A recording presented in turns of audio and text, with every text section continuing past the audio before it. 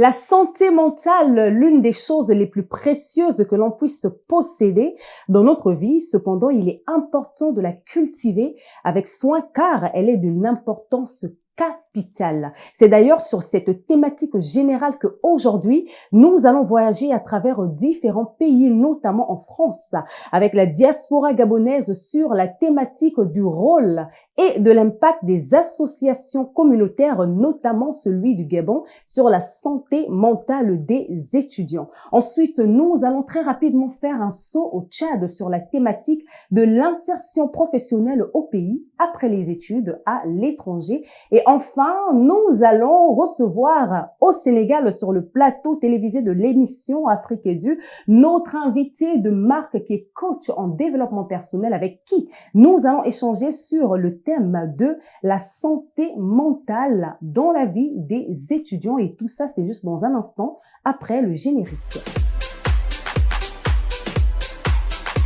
Chers amis, bonsoir et bienvenue sur la chaîne télévisée Télé-École 100% dédiée à l'éducation et dans votre émission Afrique Edu qui a pour objectif de voyager à travers différents pays du continent africain, sans oublier aussi d'autres continents où se trouvent différentes diasporas à la recherche de toute information liée à l'éducation. Dans quelques instants, nous allons être connectés avec notre invité de ce soir, Nguema Gabriel, de nationalité gabonaise, résident et étudiant en France depuis déjà 4 ans, avec qui nous allons échanger sur la thématique du rôle et de l'impact de l'association communautaire gabonaise sur la santé mentale des étudiants. Bonsoir Gabriel, merci d'avoir accepté l'invitation dans l'émission Afrique Edu. Alors, comment s'est fait l'intégration depuis votre arrivée et est-ce que l'association communautaire gabonaise a eu un rôle spécifique dans ce processus? Tout d'abord, je tenais à vous remercier, mademoiselle Silla, pour l'opportunité que vous me donnez de partager mon expérience en tant qu'étudiant en France. Pour répondre à votre question, je dirais que l'intégration, fut difficile. Elle fut difficile, lente et progressive. Il a quand même fallu un certain temps d'adaptation pour pouvoir intégrer et assimiler les codes sociétaux français. Comme forcément vous vous en doutez bien, le mode de vie, les comportements, la façon de penser elle est assez différente. Donc il a fallu, prendre le temps et être très observateur sur ce point-là. L'association, non, ne m'a pas particulièrement aidé parce que j'ai rejoint l'association très tardivement. Et lorsque j'ai rejoint l'association, je pense que mon intégration, elle avait déjà été réussie. Mon cher Gabriel, comment as-tu vécu les changements culturels, climatiques et environnementaux? Et est-ce que ces différences ont eu un impact sur ton bien-être? En ce qui concerne les changements climatiques, je pense que c'est au corps de s'adapter et cela se fait tout naturellement. Maintenant, oui, lorsqu'on quitte son pays, pour la plupart, on a 17, 18, 19 ans, quelque part, il faut être honnête, on a encore des enfants, donc on arrive dans un écosystème qui est très différent de l'environnement dans lequel on a grandi. On fait face à de nombreuses responsabilités, que ce soit les études, certains travaillent à côté. Il faut aussi gérer ses finances, ses comptes. Et donc, forcément, on est aussi confronté à des personnes qui ne pensent pas comme nous, qui ont vraiment une autre vision de voir les choses. Et donc, le choc culturel, il est inéluctable, en fait. Et je sais que beaucoup de gens ont été dans ma situation. Nous nous sommes souvent retrouvés être les seuls Africains de la promotion, avec donc une conception du monde totalement différente. Et ça peut être compliqué à vivre parce que dans ce genre de configuration, il y a autant d'incompréhension vis-à-vis de mes camarades français que moi vis-à-vis d'eux, en fait. Et donc, ce sont des situations difficiles à gérer. Loin de tes parents, d'accord, et confronté au choc culturel, comment l'association communautaire gabonaise t'a-t-elle aidé à surmonter les sentiments d'isolation ou de détresse? Parce que naturellement, lorsqu'on vient à peine d'arriver dans un pays, c'est pas du tout évident de s'en sortir, surtout lorsqu'on est nouveau et qu'on n'a pas forcément d'amis ou de famille. Alors, comment l'association gabonaise t'a-t-elle aidé par rapport à ça? Bon, comme je l'ai dit précédemment, j'ai rejoint l'association très tardivement. Je pense que j'avais déjà fait 3, 4 ans en France lorsque je l'ai intégré. Je dirais que loin de la famille, loin de nos proches, on est toujours un peu déboussolés. Beaucoup d'entre nous, au vu des différences culturelles, ont connu de grandes périodes de solitude qui nous ont fortement impactés d'un point de vue humain au niveau du mental. Mais je dirais que ce qui m'a beaucoup plus aidé, c'est d'être en contact avec d'autres personnes, prendre exemple sur des aînés qui ont réussi, s'entourer d'Africains comme moi, avec qui nous partageons les mêmes perspectives, les mêmes objectifs, et donc on s'encourageait comme ça mutuellement, parce qu'il y a aussi, vous savez, cette idée-là de faire mieux que nos parents. On pense à notre famille, on pense à tous nos parents, à nos oncles, à nos petits frères qui sont restés. On veut qu'ils soient fiers de nous et on veut réussir aussi quelque part pour eux. Et donc être avec des personnes comme ça qui ont eu à vivre ce que nous vivons, ça m'a beaucoup aidé.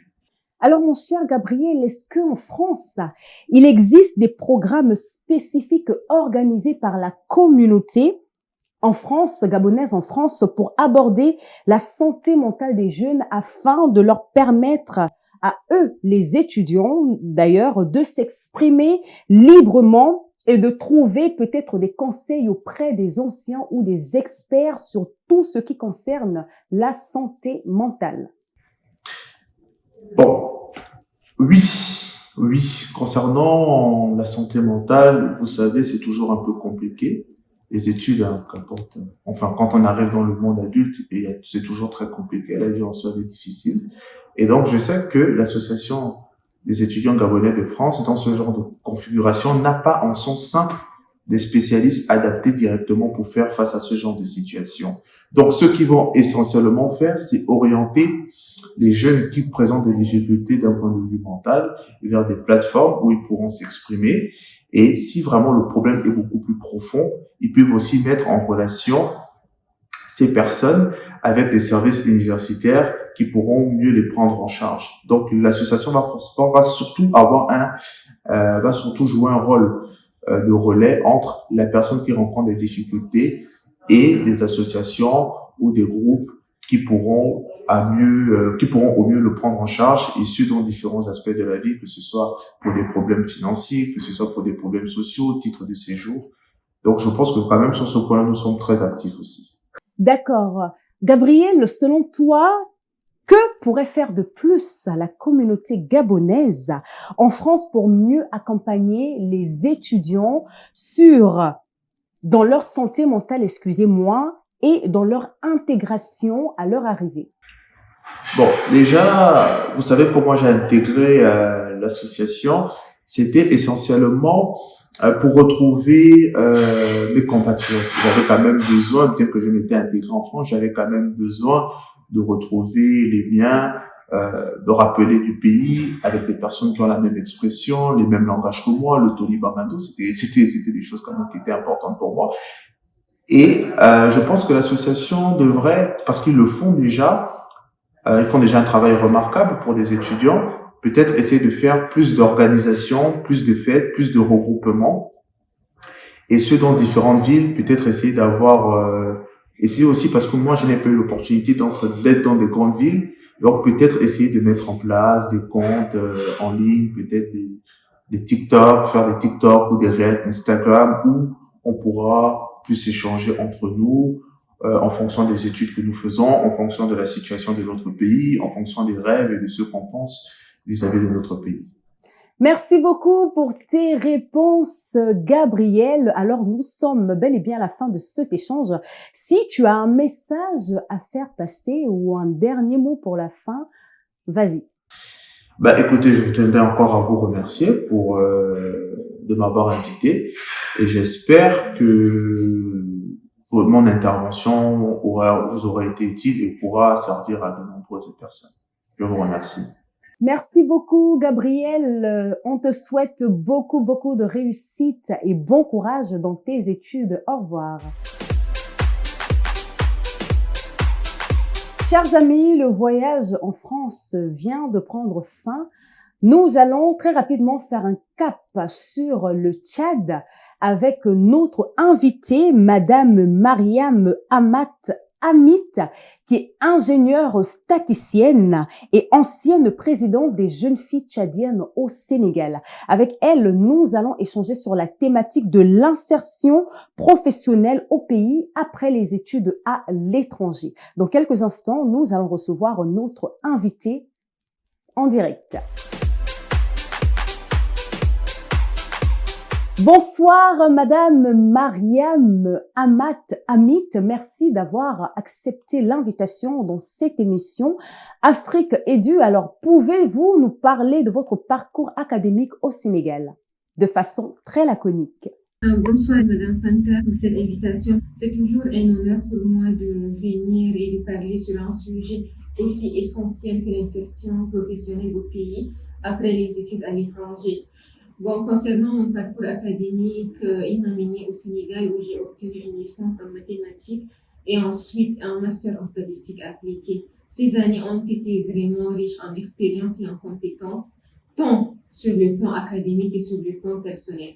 Par ailleurs, j'ai eu également l'opportunité d'assumer des responsabilités en tant que présidente des jeunes filles tchadiennes au Sénégal et aussi en tant que chargée des affaires académiques et sociales de la dite association. Merci. Très bien, Madame Mariam. Alors, qu'est-ce qui vous a poussé à retourner au Tchad après vos études au Sénégal? Est-ce que c'était lié à un choix personnel, professionnel ou à des opportunités spécifiques dans votre domaine de prédilection ou d'activité? Honnêtement, revenir au Tchad a été une décision vraiment réfléchie, à la fois personnelle et professionnelle. Et je suis aussi convaincue que le développement du Tchad repose sur les compétences locales et celles de la diaspora. Et je suis revenue aussi pour participer à ces développements, notamment dans la production du PIB, notamment dans les indicateurs du développement humain et autres indicateurs phares dans le domaine de la statistique qui est un levier clé dans le développement et l'orientation des politiques publiques. Aussi, il était crucial pour moi de venir et d'apporter ma valeur ajoutée en contribuant à la modernisation et l'amélioration des outils de gestion et aussi à l'amélioration des statistiques au Tchad. Merci. De retour au pays, au Tchad, qui est votre pays natal, je tiens à le préciser, après vos études au Sénégal, quels ont été les défis majeurs que vous avez rencontrés en réintégrant le marché du travail au Tchad? Les défis, il y en a nombreux, Madame Fanta. Et je pense aussi que chaque jeune qui étudie à l'étranger et qui rentre au pays passe certainement par ces genres de défis. D'abord, il y a le choc administratif. Quand on étudie à l'étranger et qu'on rentre au pays, on a tendance à croire que le processus de recrutement est fluide et basé sur la performance et les compétences, mais ici, il n'est pas souvent le cas. Donc, il faut souvent naviguer entre les attentes administratives et les attentes du marché et s'armer aussi de la patience. Et ensuite, il y a ce choc que je peux dire, les chocs dans l'intégration du marché du travail. Donc là, ici, moi, je t'ai passé à l'INSEE tout d'abord. Donc là-bas, les cultures, les codes sont différents. Maintenant, je suis au ministère de la Santé et je rencontre aussi que l'environnement est différent. Les codes aussi sont différents. Donc, il nous faut vraiment un processus d'adaptation, surtout dans l'environnement du travail. Merci. Et comment avez-vous réussi à vous adapter à la culture professionnelle et aux exigences du marché du travail au Tchad, surtout après avoir vécu dans un contexte aussi différent que celui du Sénégal? Merci, Madame Fanta, pour cette question. Mon adaptation s'est faite progressivement et suivant plusieurs stratégies. Tout d'abord, il y a eu l'observation et l'apprentissage. Je suis aussi d'une nature très observatrice. J'écoute beaucoup et je pose beaucoup de questions. Et ce qui m'aide des fois, si je comprends pas les codes, si je comprends pas les abréviations ou soit comment fonctionnent les choses, je pose des questions. Et ce qui m'aide vraiment. Ensuite, il y a eu l'action. Je suis aussi de nature à créer des opportunités. J'attends pas à avoir une place dans la société, donc je crée des opportunités. Je crée aussi ma propre place dans cette société. Et enfin, il y a eu les réseautages. J'ai aussi eu la chance d'intégrer des clubs, de changer également avec les experts, les entrepreneurs, les experts aussi du domaine de la statistique. Et vraiment, ce qui m'a vraiment forgé. Merci. Et est-ce que le Tchad offre des possibilités ou des opportunités spécifiques pour les jeunes diplômés de retour à l'étranger afin de faciliter leur insertion dans le monde professionnel? Les opportunités, il y en a, mais quand même, soyons réalistes. Elles sont peu visibles et difficilement accessibles. Certaines institutions, comme l'ONAP et l'initiative 50 000 emplois aux jeunes, sont là, mais elles nécessitent un accompagnement. Elles nécessitent de la communication et aussi de la visibilité. Il y a aussi l'entrepreneuriat. Et les jeunes venant de l'extérieur en savent quelque chose, ils peuvent créer d'autres modèles économiques. Et ensuite, ils peuvent bien évoluer localement. Merci. Merci beaucoup, Madame Mariam. Alors, dernière question, si vous aviez un conseil à donner aux étudiants qui se retrouvent actuellement à l'étranger pour les études et qui envisagent plus tard de rentrer au pays pour travailler, quel serait-il? Je leur dirais de se former, mais surtout de préparer leur retour. La formation, elle est bien, mais le choix de la formation l'est encore plus. Donc, il faudra que ce choix s'aligne en fonction de la demande des institutions, mais aussi en fonction de la demande de la fonction publique. Ensuite, il faudra une adaptabilité croissante. Le pays où vous allez, ce n'est pas votre pays. Donc, vraiment, il faudra s'aligner en fonction de leur culture, de leur code et aussi en fonction de leur couture. Et enfin, il faudra avoir une compétence pratique. Et c'est ça ce qui compte vraiment pour pouvoir contribuer au développement de notre pays qui est le Tchad. Merci.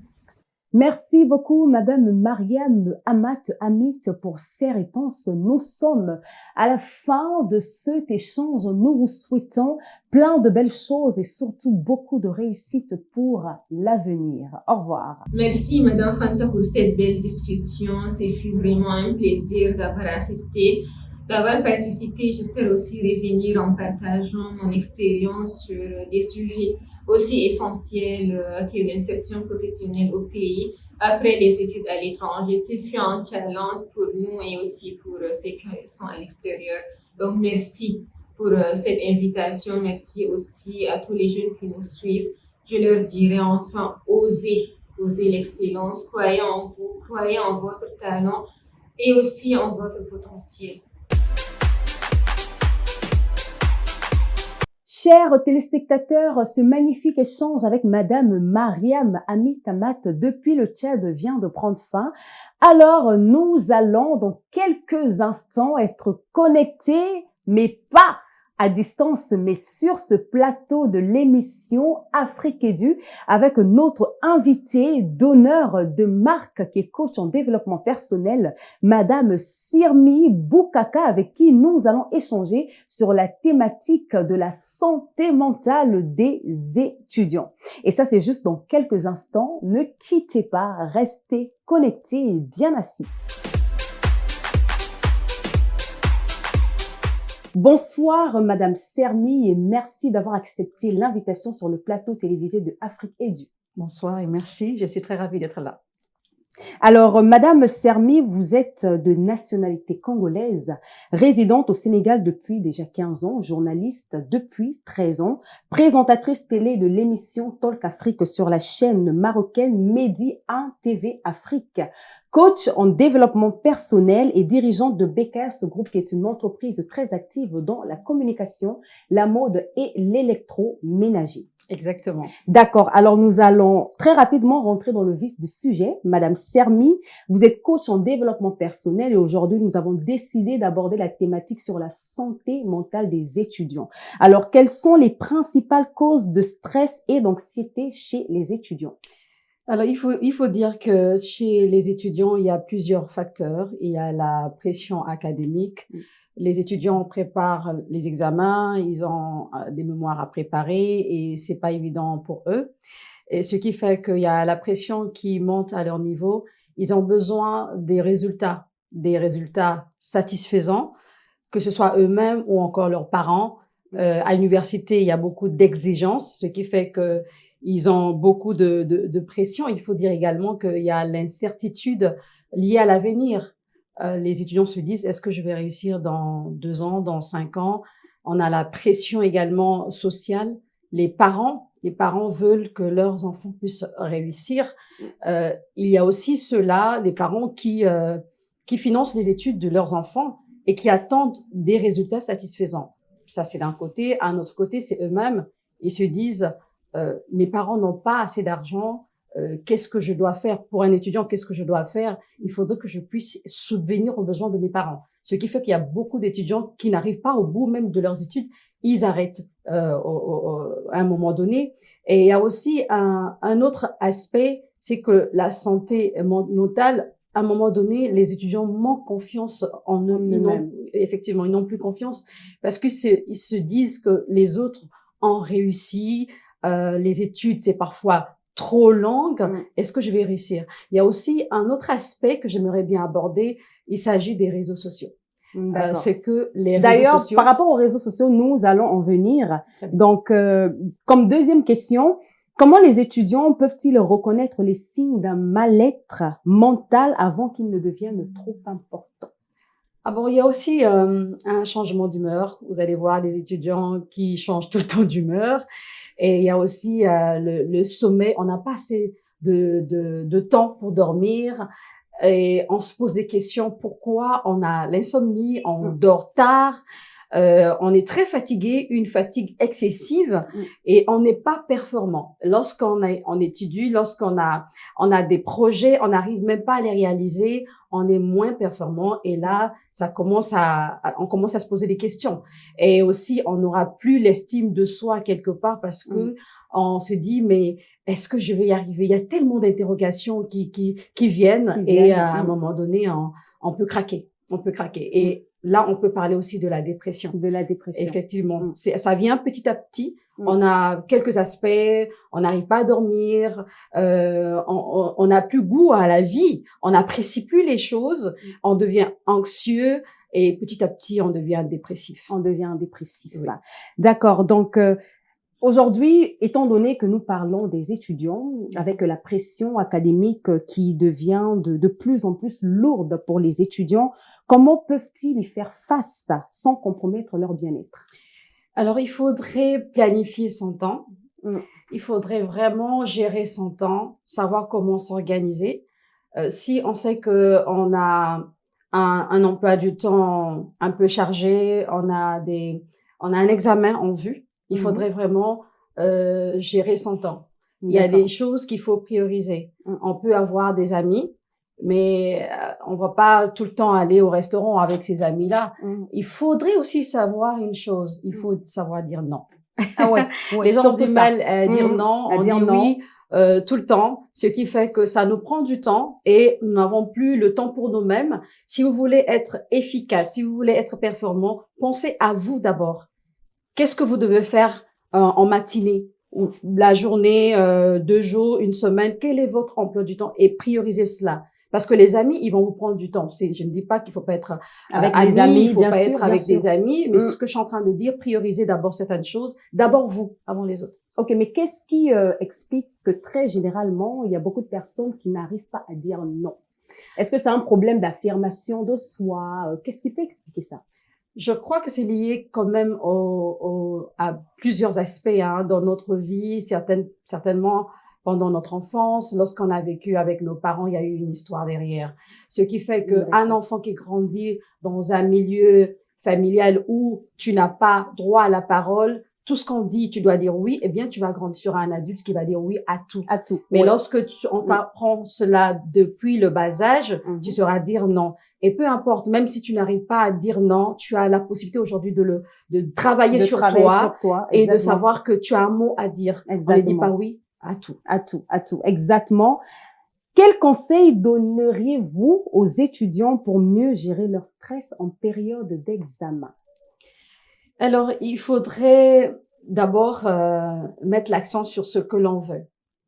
Et est-ce que vous êtes en train de préparer un examen? Est-ce que c'est un mémoire? Est-ce que c'est des devoirs? Je reviens sur ça aussi, prioriser certaines choses. Si vous voulez réussir, concentrez-vous, sur ce que vous voulez faire et non sur les autres, parce que chacun a ses projets, chacun a ses objectifs de vie. Et lorsque vous savez où est-ce que vous voulez arriver, vous allez d'abord prioriser vos objectifs. Ce qui fait que pour un étudiant qui est en première année, je vais parler par exemple des journalistes, un étudiant en journalisme et communication en première année, il sait que dans 3 ans pratiquement, je ferai ma licence. Et je veux devenir journaliste. Donc, dans votre vie, vous savez déjà que vous serez journaliste. Donc, il y a des choses que vous devez prioriser. Par exemple, méditer, lisez, regardez des vidéos inspirantes. Vous n'aurez pas trop de temps. Voilà, vous n'allez pas trop perdre votre temps avec des personnes peut-être qui ne partagent pas votre vision. C'est aussi important de s'accompagner des personnes qui vous épaulent, des personnes aussi qui partagent vos valeurs, des personnes qui partagent votre vision. Maintenant, si dans votre entourage, vous n'avez pas seulement ces personnes qui partagent vos valeurs, il n'y a pas de souci. Vous connaissez vos valeurs. Vous devez aller au bout de vos objectifs. Justement. Quelles sont les meilleures pratiques pour maintenir un équilibre entre études, vie sociale et soins personnels? Alors, pour maintenir cet équilibre, il faudrait bien se distraire un peu. On ne peut pas être sérieux tout le temps. Exactement, je veux dire qu'il y aura des moments où on peut se distraire. Et pour ceux qui aiment bien le cinéma, pourquoi pas se faire suivre un film un samedi, mais ne pas le faire tout le temps. Vous pouvez aussi aller au restaurant, prendre un verre, peut-être une fois par semaine. Vous pouvez avoir des amis où vous jouez. Il y a des gens qui aiment bien les jeux vidéo, d'autres aspects, des choses qui vous intéressent. Mais quand il s'agit de travailler, vous devez avoir un emploi du temps, un planning pour dire que lundi, mardi, j'ai telle chose en matinée, le soir, je ne peux pas sortir parce que j'ai des choses à faire, vous le faites. Et s'il faut sortir, par exemple, tous les samedis, vous le faites. Mais attention, il y a aussi cet aspect financier. Vous n'allez pas mettre votre argent dans des restaurants, vous n'allez pas tout dépenser parce qu'en tant qu'étudiant, vous devez aussi économiser, pas seulement étudiant, même nous qui travaillons, si on n'économise pas, mais c'est très grave. Ça devient très fatigant et il y a la pression qui monte quelque part. Donc, on ne peut pas mettre la distraction de côté, le divertissement, je veux dire. C'est important, savoir avec qui évoluer, on peut sortir, mais un emploi du temps, il est important et soyez disciplinés. Parce que lorsque vous avez un emploi du temps, un planning et que vous n'êtes pas discipliné, vous n'irez pas loin. C'est même pas question de motivation. Je dis souvent que un leader n'a pas vraiment besoin de motivation, mais de discipline. Lorsque vous êtes discipliné, vous allez respecter tout ce que vous êtes en train d'écrire, tout ce que vous avez écrit dans votre planning, vous irez jusqu'au bout. Exactement. Tout à l'heure, vous aviez parlé des réseaux sociaux. Donc, la question est finalement là. Quel rôle les réseaux sociaux, la famille ou les amis jouent, excusez-moi, dans la gestion de la santé mentale des étudiants? Bon, c'est une question très pertinente. Il faut dire que il n'y a pas que des aspects négatifs concernant les réseaux sociaux. Beaucoup de personnes disent que, en tant qu'étudiant ou étudiante, il faut laisser en rade les réseaux sociaux. Je dirais non, parce qu'il y a des avantages également. Tout le temps, on n'est pas avec ces amis-là à la maison ou encore dans nos quartiers. Le téléphone peut nous permettre de rester en contact avec nos amis, ce qui fait que on peut le faire pas tous les jours. On peut se donner, s'envoyer des messages, on peut s'appeler. Mais attention, il y a aussi des personnes qui ont beaucoup de comptes et qui donnent une autre image d'elles, ces personnes-là. Parfois, ce n'est pas la vérité. Il y a un complexe qui naît après lorsque vous voyez les gens qui sont tout le temps bien habillés, surtout pour les filles bien maquillées, avec des cheveux, des cheveux naturels qui coûtent 100 000 et quelques. Parfois, c'est faux, c'est même pas vrai, c'est même pas sa perruque.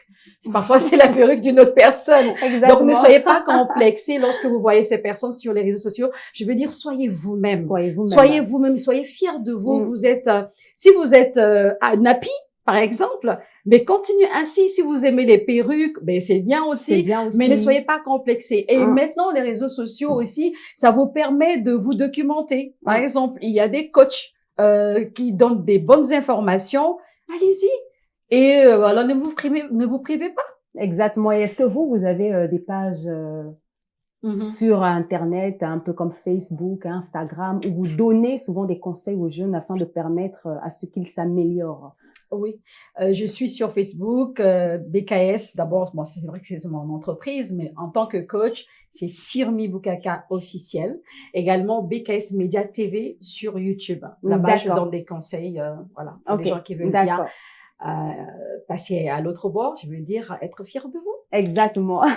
Merci beaucoup, Madame Sirmi, pour vos réponses déjà. Alors, nous allons passer à une deuxième étape de cet échange. En effet, sachant que aujourd'hui, nous allions, excusez-moi, recevoir Madame Sirmi Boukaka. Nous avons donné la possibilité à certains étudiants de poser certaines problématiques qui leur préoccupaient sur la santé mentale. Alors, nous allons commencer, Madame Boukaka, avec une étudiante qui dit ceci.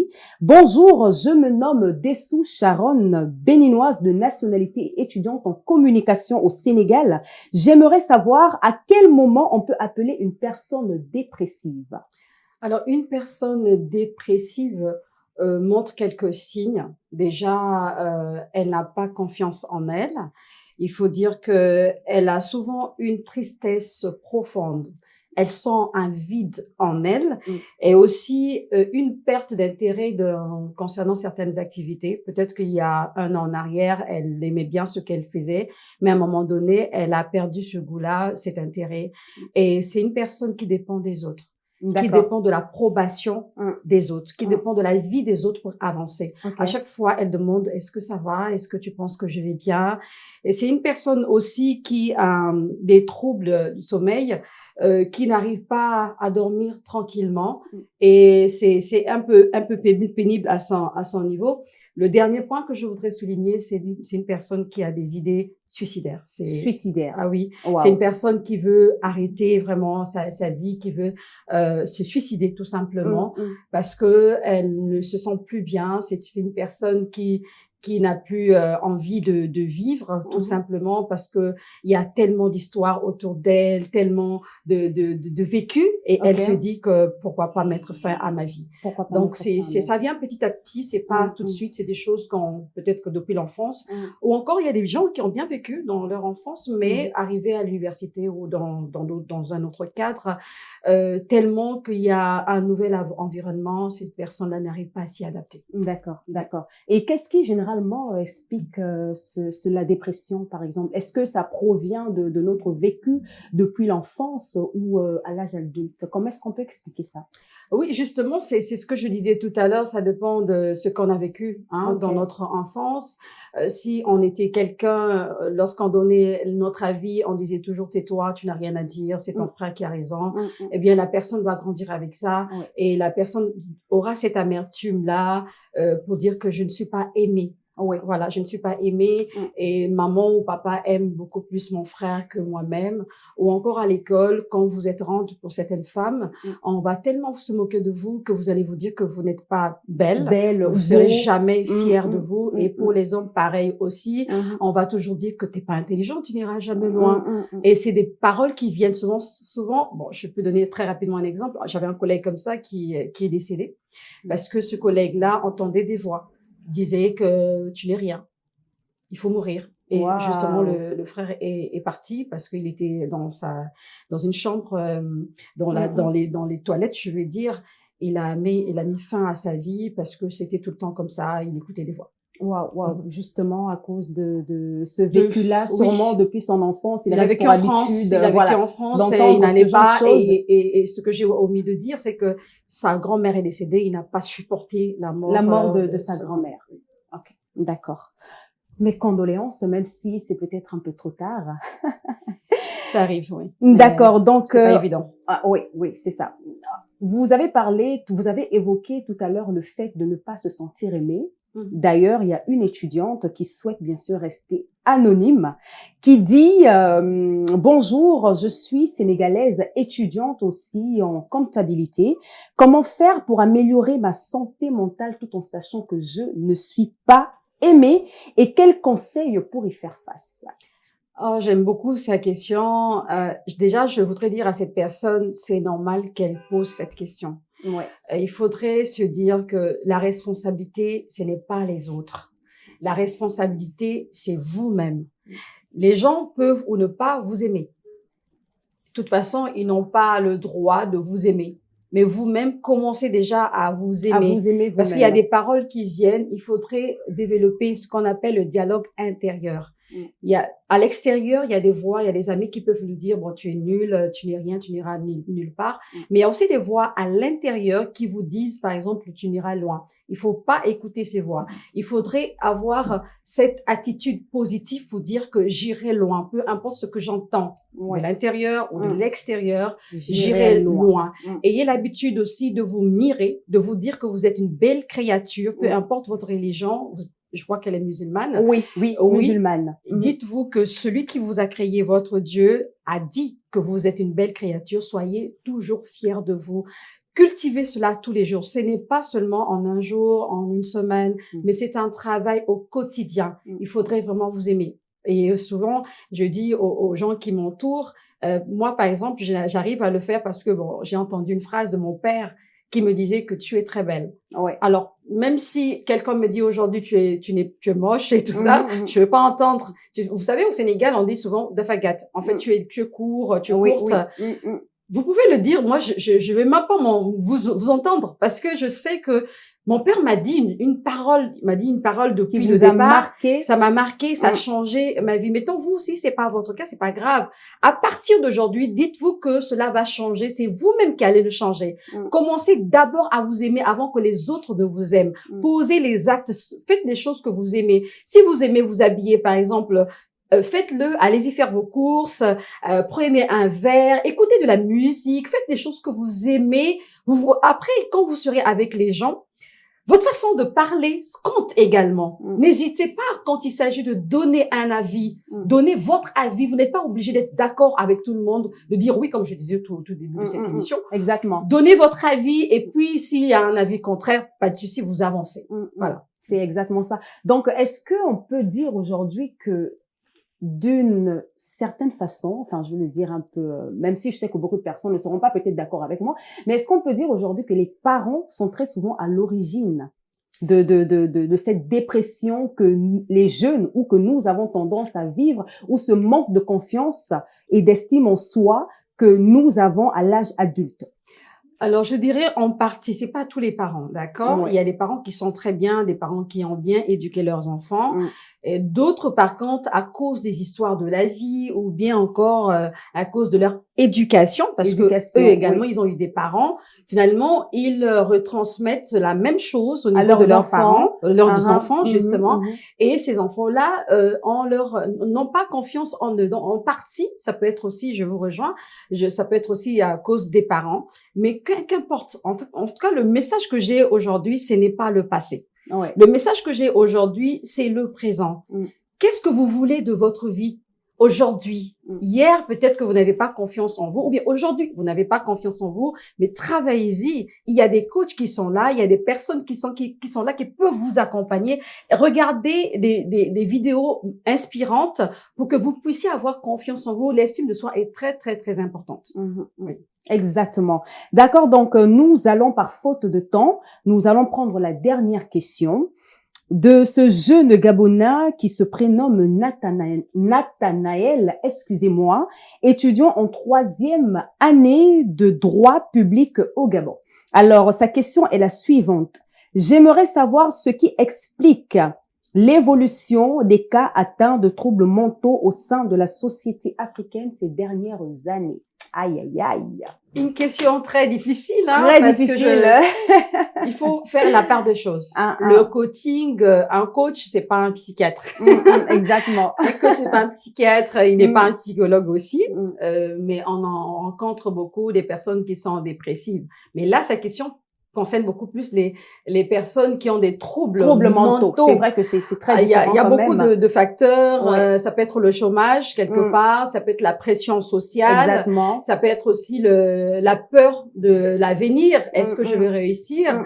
Et tous ces aspects-là aujourd'hui peuvent être aussi à l'origine de ces troubles. Il y a également les services liés à la santé mentale qui sont pas assez dans nos pays africains. Si je prends l'exemple du Togo, par exemple, ils ont 5 psychiatres hein, pour Ok. tout le pays, c'est pas évident. Ouais. Et c'est mal vu aussi quand tu veux aller voir un psychiatre. Tout de suite, on dirait Oui, oh, mais que vous tu êtes es malade, fou, vous que êtes tu es fou. folle. C'est vrai, Voilà, c'est vrai, c'est c'est très vrai. très mal vu. C'est vrai. Mais il faut retenir une chose, quand on a beaucoup de facteurs tels que le chômage et que la personne n'arrive pas à s'en sortir, vous êtes l'aîné de la famille, vous devez souvenir quelque part aux besoins de la famille, vous n'y arrivez pas. Il y a tellement de choses qui montent en vous, vous commencez à parler vous seul en route, et cela aussi peut provoquer quand même progressivement ces troubles-là. Et si je prends l'exemple du taux de chômage en Afrique, c'est vrai que c'est quelque part tous les pays n'ont pas le même taux. Le même taux, je vais citer exactement. comme ça. En Afrique du Sud, le taux de chômage est un peu moindre. Donc de 32, ils sont passés à 33% en 2024. D'accord. Au Maroc, par exemple, ils sont passés à 13%, atteignant 13%. Et le Gabon aujourd'hui est à 26 depuis un certain temps. Et cela est lié quelque part aux ressources, à la dépendance des ressources naturelles, notamment le pétrole, le manganèse et le bois.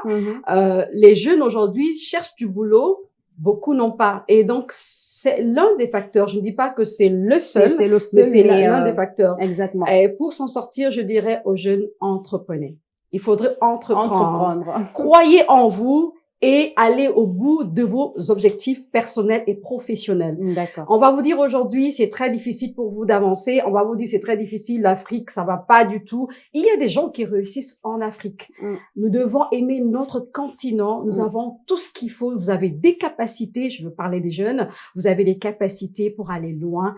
Et faites-le, parce que l'Afrique a besoin de vous. L'Afrique a besoin de nous. Merci beaucoup, Madame Sermi, pour toutes ces réponses pertinentes qui, je crois d'ailleurs, qu'elles vont vraiment aider la jeunesse à prendre conscience de l'importance de travailler, de prendre soin de sa santé mentale, car je pourrais dire que prendre soin de sa santé mentale est un acte d'amour propre, n'est-ce pas, Madame Sermi? Je suis d'accord avec vous.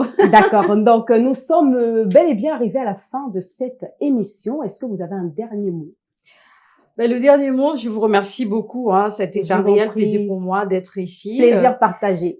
Je peux dire à quelqu'un aujourd'hui, soyez fiers de vous. Et lorsque vous avez des doutes sur votre carrière, posez-vous la question, qu'est-ce que je veux réellement pour ma propre vie? Et donnez-vous les moyens parce que vous avez toutes les capacités possibles. Ne vous limitez jamais. Merci beaucoup, Madame Sermi Boukaka. Je le redis encore, c'était un réel plaisir et honneur de vous avoir sur le plateau télévisé de l'émission Afrique Edu. Alors, chers amis, on se retrouve sûrement à la prochaine pour un nouveau numéro. Prenez bien soin de vous. Au revoir.